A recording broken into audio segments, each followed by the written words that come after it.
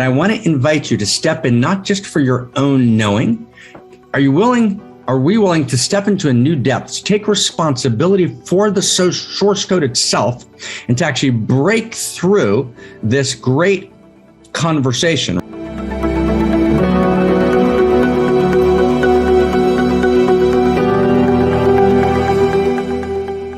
In the last several weeks, we started kind of in the beginning of the fall, right? Somewhere in September, we started this set of conversations around story, right? And we said that story matters, right? In other words, it matters not in the sense of the Western psychological separate self story, although that's legitimate. It's important to go and do your separate self work and to work at certain moments in your life within therapeutic modalities because they have an enormous amount to offer.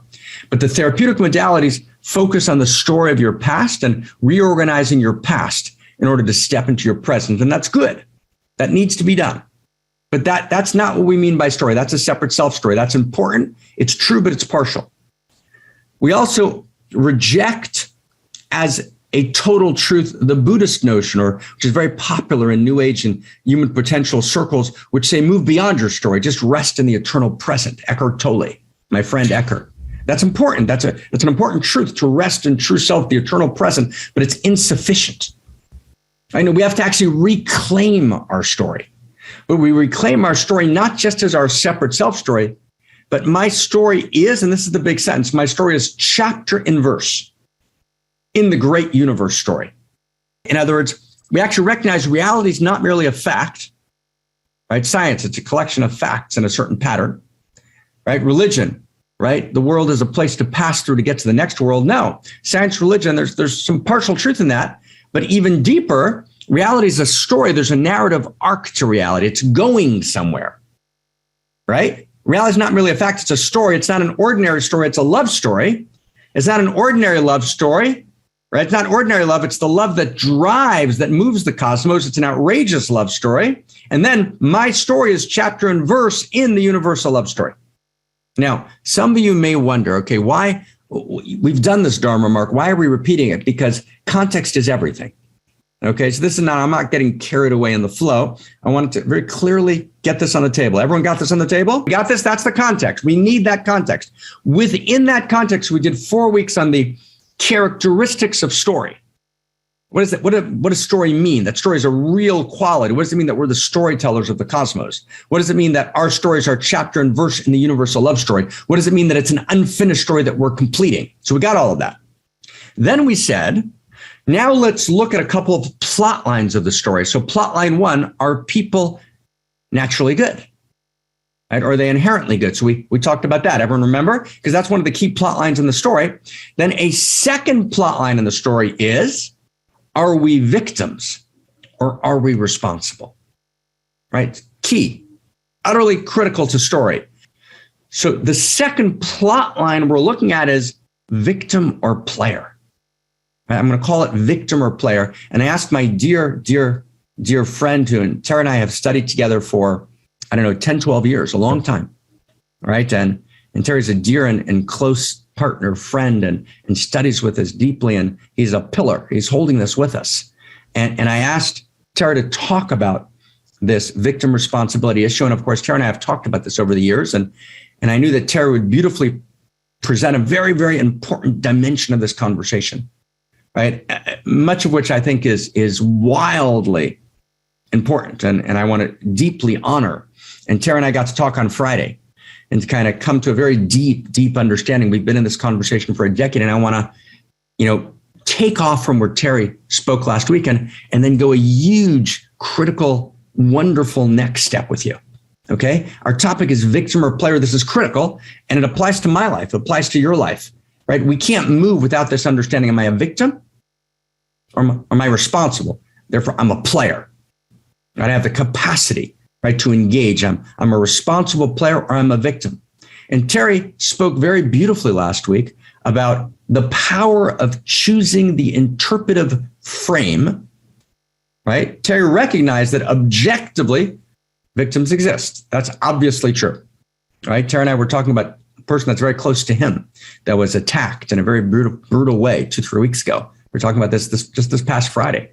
And clearly this person was a woman, right? Clearly who was carrying her babies, right? It's an intense story, and thank God she's well. But clearly she was a victim, right? So she was objectively a victim. Now the question is, what's she going to do with that objective fact? And how's she going to hold that? So how do I embrace, not deny the objective fact of my victimhood? Because victimhood can be real. It's an objective reality. That's really important to get. And I think some people might have missed that, right, last week. That's really important. But I've got to hold that objective reality. Everyone get that? And then from there, at the same time, right, I can also turn that fate into destiny. I can also be responsible in that, right? I can also take my place in that, okay? How do I do that? How do I hold the objective reality of being a victim, which is real, and not bypass that? And if you've ever been a victim yourself, I have, right? I understand what it means to be victimized. I think we all do in some way or another. We've all objectively been a victim, sometimes for real. But that's not my interpretive frame. I don't stay there, right? I then take that experience and I mediate it through a prism of radical responsibility. Now, what does that mean and how to do that? And Terry offered some really brilliant exercises last week, which were so important. And Terry put on the tables. So I'm going to call, and if you weren't here last week, that's fine. Okay, that's completely fine. So I'm just summarizing last week, and you can go back and listen, right, to Terry's great talk last week, right, about this notion of, right, whatever happens to me, I receive the objective fact of what it was. That's my fate. That's the objective fact. But objective is not the only quality that exists in cosmos. Subjective exists in cosmos as well. Meaning subjective is, how do I experience that? And I can choose to experience that objective victimhood with power. I can take responsibility no matter what is happening. Now, how that works is subtle. There's a dance here, and it's a very deep dance. So we're going to spend, and we're going to talk about our lives, your life and my life and our lives and the world's life. And we're going to try and what's our intention? Our intention here is to evolve the source code this week. We're not doing like, let's have like a little nice conversation. No. Our intention is to reweave and restitch the source code and to participate in the evolution of love. So we're doing a 3-part series on victim or player. The first part was last week. If you weren't here, that's fine. You can pick up. We have enough. We've taken us inside now. Like, huge thank you to Terry. And we're gonna honor, and we're gonna take this the next step this week and next week. Okay? So are you ready? Are we ready? Are we ready to play a larger game? Who's ready? Are we ready to play a larger game? We're ready to play or to evolve the source code together, to literally evolve. We literally want to evolve. We want to step into this conversation and not say something sweet or cute. We want to kind of wrap this right in our hearts and actually evolve the source code. Are we ready to participate right in the evolution of love? Oh my God, what a crazy, crazy joy, right, to be here together. Okay, so here we go. It's really big today. And next week and last, this victim or player conversation. But I want to invite you to step in, not just for your own knowing. Are we willing to step into a new depth, to take responsibility for the source code itself, and to actually break through this great conversation, right? There's all the people saying, wow, you got to take 100% responsibility. All the other people kind of laughing at them and saying, why are you taking 100% responsibility, right? Right, just actually, right, things happen, and you gotta own the fact that you're not responsible for a lot of things happening, and let's take care of the victims, right? And we're all victims, and actually, there's almost a competition in society today, right, to be a victim, right? Claiming your victimhood is politically correct, right? And there's value on both sides of this conversation, and so we stepped in last week and we began the conversation, and we're going to take this conversation. We want to take it all the way. Let's go all the way today and next week. Let's go all the way together in this lifetime. And let's do this for the evolution of the source code. So here we go. Okay. So step 1, we took last week. And again, if you weren't there, that's fine. I'm going to summarize step 1, right? As we did in our introduction. Step 1 is full responsibility. Even if I'm objectively a victim, I'm still taking responsibility, right? Meaning, I can choose to engage the system. I can choose to engage the situation, in which I'm objectively a victim with full responsibility. And that responsibility gives me power and joy and capacity. Huge. And I want to invite everyone to go to the One Mountain, Many Paths YouTube channel and to listen to Terry's talk last week that talked about this in a really important way. That's step one. Now let's go slow. Step two. We ready? We in together? We in together? Who's in? All the way in? Okay, here we go. Here we go. And let's put the code again one more time right at the bottom. That's step one. Now, that taking of responsibility means, step two, right? Responsibility means I have the capacity to respond. To be responsible means I don't go mute. I don't go silent. I don't lose my voice. I have the capacity to respond. Responsibility is the capacity to respond. And to respond with power, right? To take fate, as we said a few minutes ago, and to turn it into destiny. Even if I'm objectively a victim. So I want to give you a very dramatic example of that, okay? Let's take a look at people in Auschwitz in 1944 who are walking to the gas chambers. And in 1944, there were some 15,000 people being gassed every day. Mostly Jews, also gypsies, right? Other minority groups. 12 to 15,000 people being gassed today. Some of those people were my relatives. And my mother would describe to me as I was growing up what many of them did in those last moments walking to the gas chambers. Now, were they victims? Absolutely. They were objectively victims. Did they have power in that situation? Right? They seemed to be objectively powerless, right? And yet, as they walked to the gas chamber, they sang. And what did they sing? They sang, Ani ma'amin be'emuna she'le'yema. This exact tune. Be'viat HaMashiach Ani ma'amin ve'af al pi שיתממע עם כל זה, אחכה לו,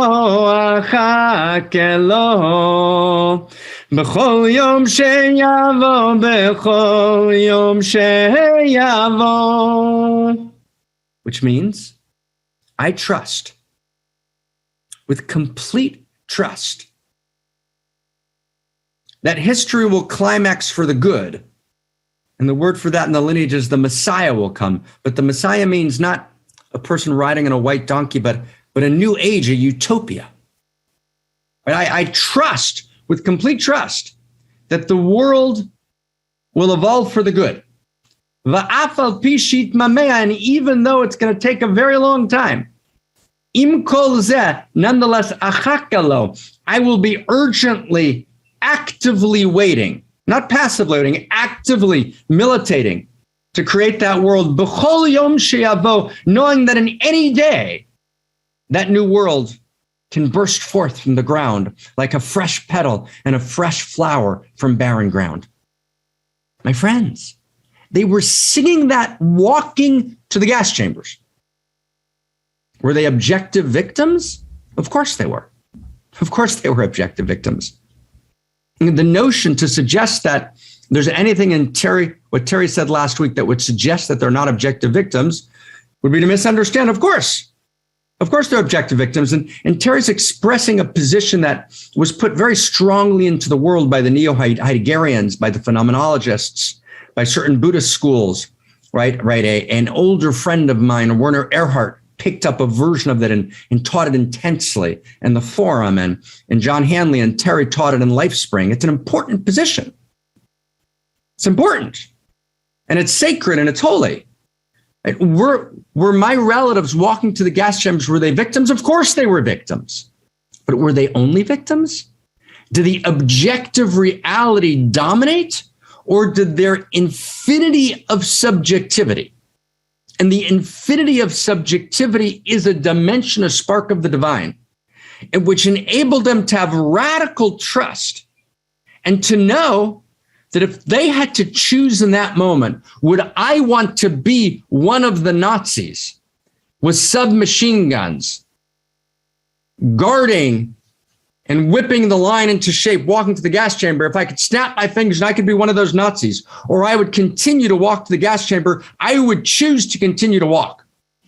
And that actually I have the capacity, even in the depths of hell, to actually be a player and not a victim, and to take responsibility for my response. Does everyone understand that? I'm going to take responsibility for my response in that moment. Wow. Right? Now, I want to be careful here. This is a very different position than the position that Sartre talked about. So when Sartre talked about taking responsibility, he wasn't saying the same thing. Sartre was saying, because the world is meaningless, because Sartre was the apostle of cosmic meaninglessness, right? And as Irving Yalom says, citing Sartre, he reads Sartre correctly.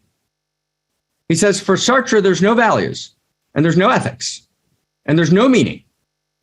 So when Sartre says take responsibility, he's not saying what I'm saying, what we're saying here. Sartre is saying, since there's no other position that matters anyways, because there is no meaning, you might as well take responsibility, because that's the most creative and joyous and fruitful position. That's not what we're saying here.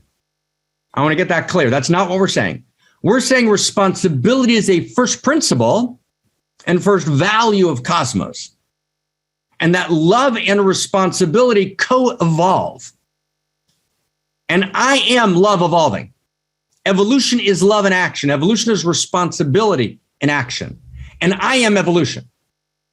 So as my circle of intimacy widens, my circle of love widens, my circle of responsibility widens. So therefore, I respond not only to pain that I experience, I respond to pain that you experience. I respond not only to egocentric pain, but to the pain of my whole people.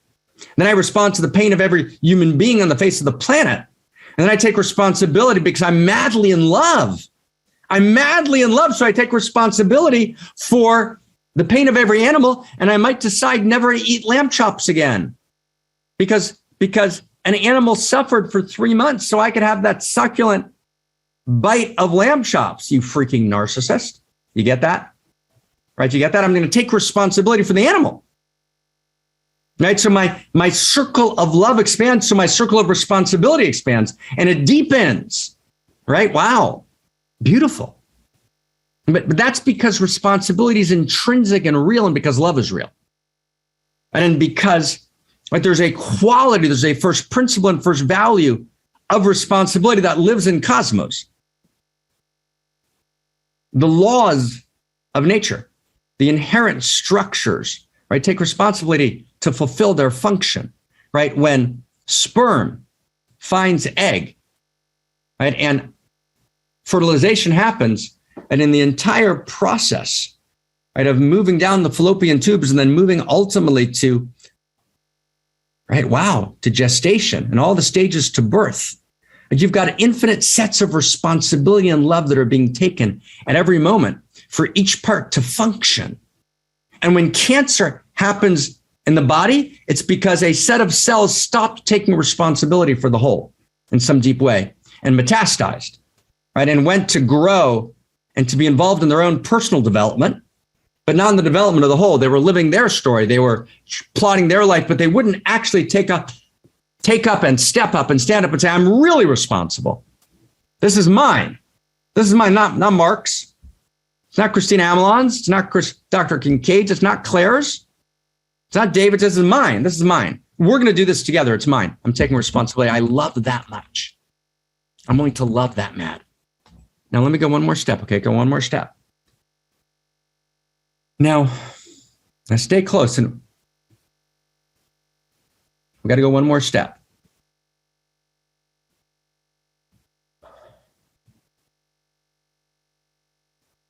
Were my relatives walking to the gas chambers cause for the gas chambers? No, they weren't. They weren't. Was Terry's close friend who was attacked recently, and thank God as well, was she cause for being attacked? No, she wasn't. But we first have to say no. We got to start with that no. We got to start with that distinction. We're not going to end here, but we got to start and get that distinction, because that distinction is absolutely true. My relatives were not cause for Auschwitz. And I cannot tell them they were cause for Auschwitz, because that would be an ultimate violation. Right? And Terry's close friend wasn't cause for being horrifically attacked. That's unbelievably important. And when I'm in Rwanda, yet as Bill Clinton was president, and America stood by, as Samantha Powers outlines in her book called A Problem from Hell, the problem of genocide in the 20th century, and she outlines the State Department cables in deciding whether or not to respond, right, to the 800,000 people butchered in 100 days as the world watched in Rwanda, as the Hutus in this case butchered the Tutsis. So as a Tutsi mother is watching her child being macheted by her Hutu neighbor, is she cause for that happening? You have to answer a resounding no. And that's a critical distinction. Responsibility means I can respond. Now, in that moment, you might not be able to respond, but you can respond. And I can say that because I've seen in my family, right, after people witnessed unbearable horror, they decided to respond and to create. My mother was buried alive at age 4 in the Holocaust, and she responded and created a life. She could have spent her entire life being a victim to that horror. And that's just the first horror. But she didn't. She understood that she was objectively a victim, and then she responded creatively, right, to create joy and to create possibility and to create future and to create goodness and to create truth and to create beauty. So responsibility means that I respond. But does it mean that I'm cause, that I created that reality? No. No, the Tutsi mother is not cause for her daughter being macheted in front of her. Now, you might say, well, why does that matter? Why do we have to talk about that? Well, because to actually be Homo Amor, I can't stay in my middle class, lower middle class, upper middle class environment and speak about victim and responsibility from the perspective of Portland, Oregon, or Miami Beach, or California, or Utrecht, right, or Corsica, right, or San Francisco, right, or Amsterdam. I've got to actually feel the joy and feel the pain of every human being on the face of the planet. And I've got to feel into, because we're trying to create and to evolve the source code, right, a teaching on victim or player that can be held any place in the world. So to be responsible means I can respond. I can turn fate into destiny, even when I'm walking to the gas chambers. At the same time, what it doesn't mean is that I'm cause. Okay? Has everyone got that? Let's go one more step. Let's go one more step. We're not done. So who's with us? Who's tracking? Who's with us? Who's tracking? Who's with us? You with us? Who's with us? Okay, do you ever get that distinction, how important that distinction is? Do you ever get that distinction? It's a big distinction. It's really important. It's a huge distinction. Okay? It's a huge distinction. That's like our first step. But let's go another step. Okay. Let's kind of read our code for a second. Right? It's a critical code.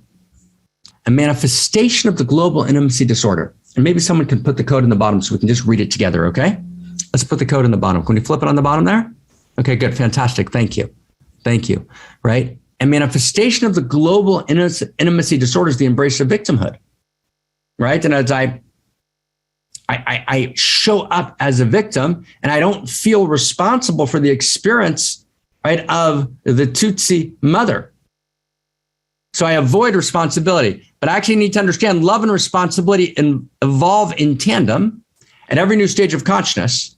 And we participate in the evolution of love, even as we participate in the evolution of responsibility. So my ability to kind of hold on the lamb chops, experience what it's like to be a Tutsi mother, right? To always respond. And if actually we're at this dystopian moment between in this time between worlds, this time between stories, and this moment of dystopia, I'm going to take responsibility. I'm not going to wait for the chairman of the Joint Chiefs of Staff. They're going to take responsibility.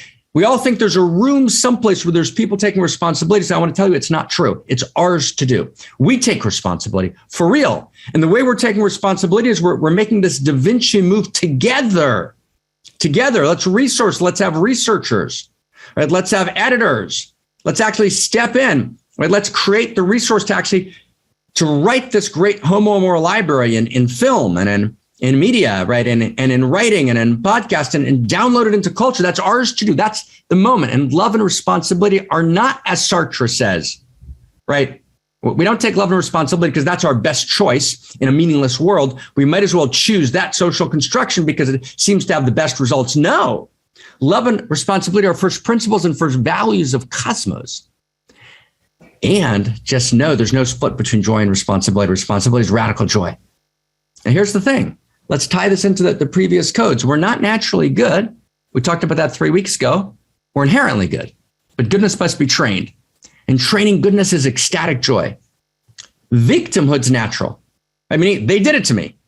And the intuitive movement is to retell the story in our minds of the people that did it to me. And you know what? They might have done it to me. That might be true. You're right. They might have done it, right? You're right. Gewalt. Oi, they did it to you. Okay, we got that. That's the objective fact. Now, what do you do with that information? Right? And so I've got to get out of victimhood tends to be our default mode, but responsibility is not natural. Responsibility is inherent. It's a quality of cosmos that lives in me. And it brings me great joy, but I've got to choose it. Responsibility must be trained. It's part of training goodness, right? And training responsibility is ecstatic joy.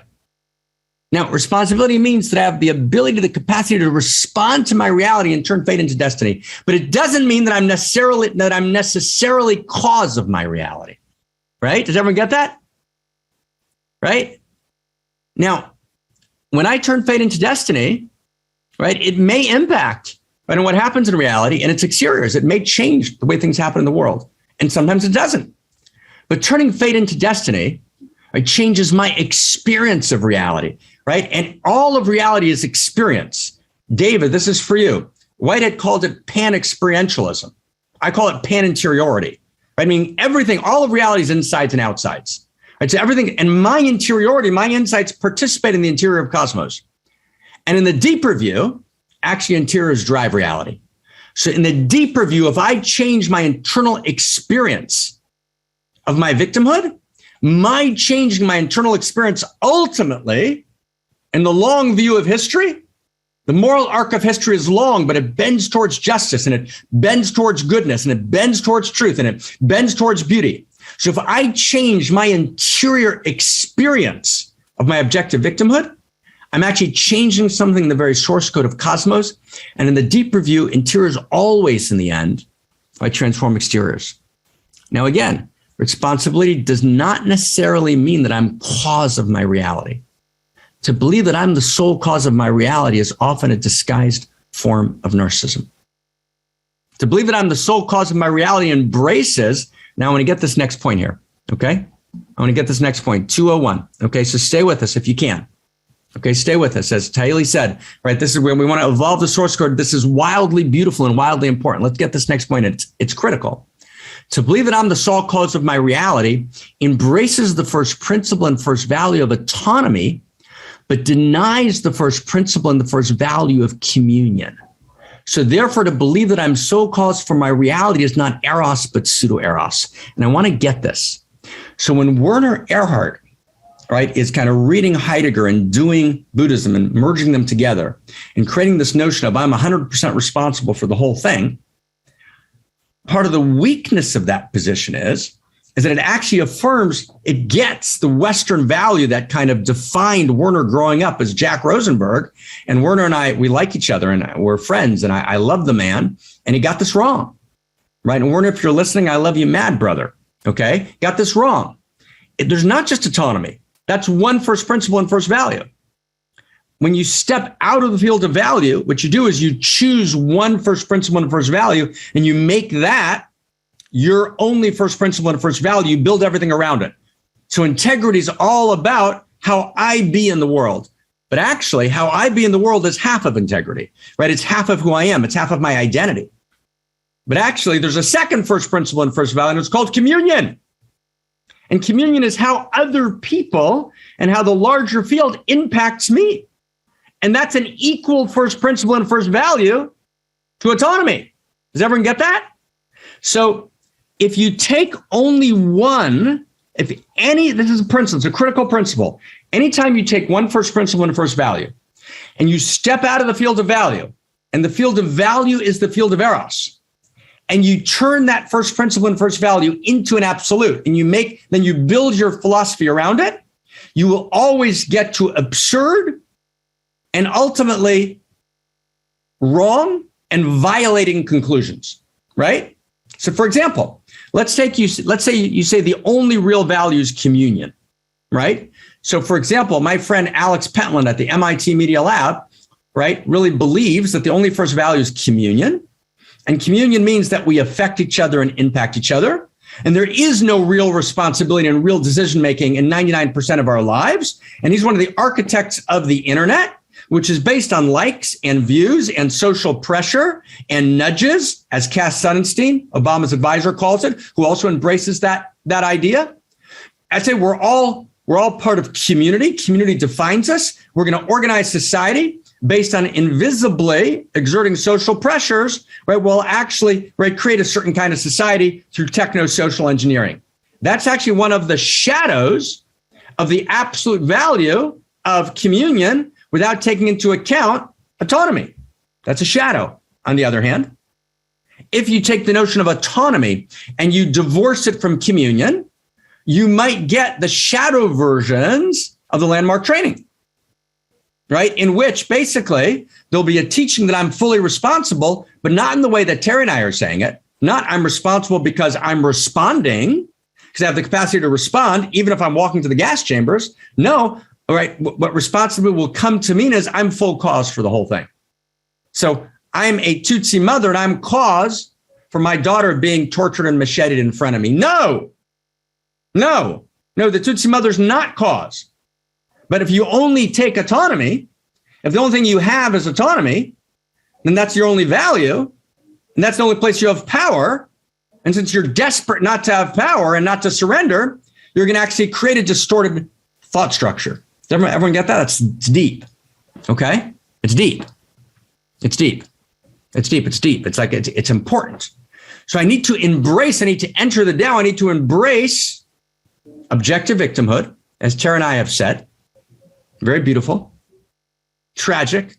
And if I don't embrace objective victimhood, I'm not going to heal victims. I'm not going to stand for victims. I'm not going to stand on the side of real victims.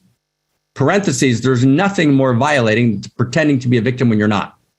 So often people are perpetrators pretending to be victims. That's Cartman's triangle in psychology. That's not what we're talking about now. We're talking about real victims. If I don't recognize objective victimhood, I won't stand on the side of victims, and I won't stand on the side of myself when I've been victimized. But that's only one lens. Then I've got to turn the lens, and I've got to dial up my full capacity to respond powerfully in any and every circumstance, to kindle my heart and to be an outrageous lover when my heart's broken. My heart's broken open. We live in a world of outrageous pain. That's an objective fact. But we can respond. We can take responsibility. That's the Dharma. The only responsibility to outrageous pain is outrageous love. I kind of respond as an outrageous lover. And yet, part of being an outrageous lover is not to say that I'm cause for the violence done to my daughter in front of me, right? Which was the most horrific experience a human being could actually see happen, right? The Tutsis and the Hutus. And wow. So I've got to embrace both values, right, at the same time. Now, I want to say something kind of completely wild here, which I'm not going to go further into this week. We're going to talk about it maybe a little bit next week. And we got to work with this. We're just at the beginning of this. And again, this is for you. This is for me. This is for us, but it's also for the source code. So let's bracket our narcissism for a second. Just for a second. Don't worry, not for too long. Okay. I know it's hard for all of us. But let's bracket it. We're mad lovers now. We're participating in evolving the source code. Okay. So I want to say something kind of shocking with your permission. I'm not going to try and explain it. It's paradoxical. It's everything we've set up till now is absolutely true, but here's a paradox, but which you can't, right? It can't be held, right, in coherent terms, but I just want to throw it into the space. Okay. So there's a teaching in Tibetan Buddhism, the deep mysteries of Tibetan Buddhism. There's a teaching in the deep mysteries of the interior sciences of Hebrew wisdom. It's a teaching that's lived in my heart, oh my God, for decades. And I want to share it with you now because it's relevant. Right, I'm going to leave it as a mystery with your permission. Okay, so gently, so humbly, so tenderly. Right, this is quivering tenderness. It's beyond audacious. So, are we ready? Again, this is not easy, and it's gorgeous. Okay, if there would be one couple, any two people, boy, girl, boy, right, gender, what? Any two human beings, right, who are really outrageous lovers. And they really go all the way in this lifetime, right? Any one couple that really loves all the way, oh my God, the world is liberated, right?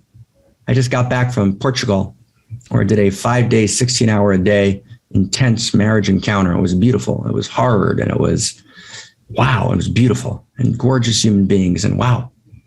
And we said to each other as our intention, right? And that's our practice. It's our, right? When we practice as outrageous lovers, right? If two human beings can get it, any two, right? And we can love each other all the way, we can uncoil the contraction, not on the public stage, right? Not on the public stage, right? Between us and the palace of thought and the palace of imagination, and the spaces that exist between us across oceans and across time. Right? If Krishna and Radha can ever come together for real and love each other all the way, then everything is transformed. Then everything changes. Wow. So in some sense, doesn't that mean that I'm cause for everything?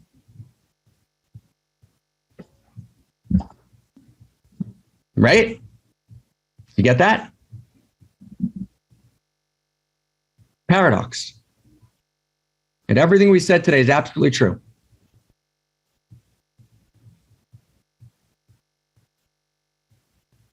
But friends, and if we can find this, and it's so, and again, when I say everything we said today is absolutely true, it's absolutely true.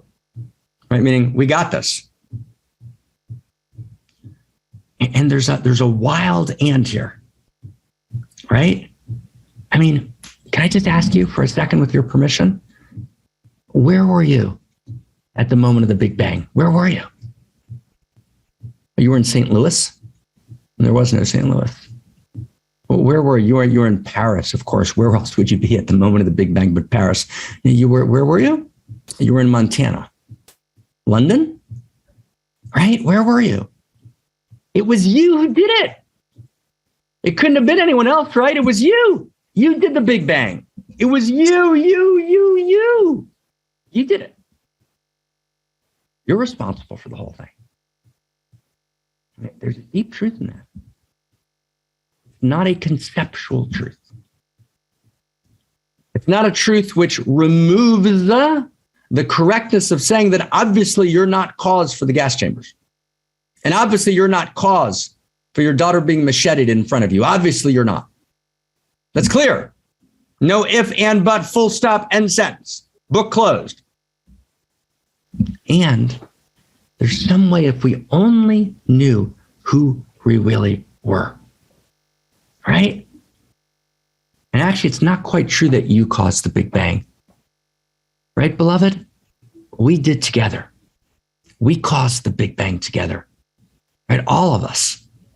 Madly loving each other and desiring each other.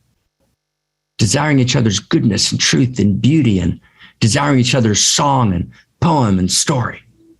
Right? Wow. Yeah. Wow. So we got to get started here. We got to get started. This is part 2 of this great victim or player conversation. We're here to evolve the source code.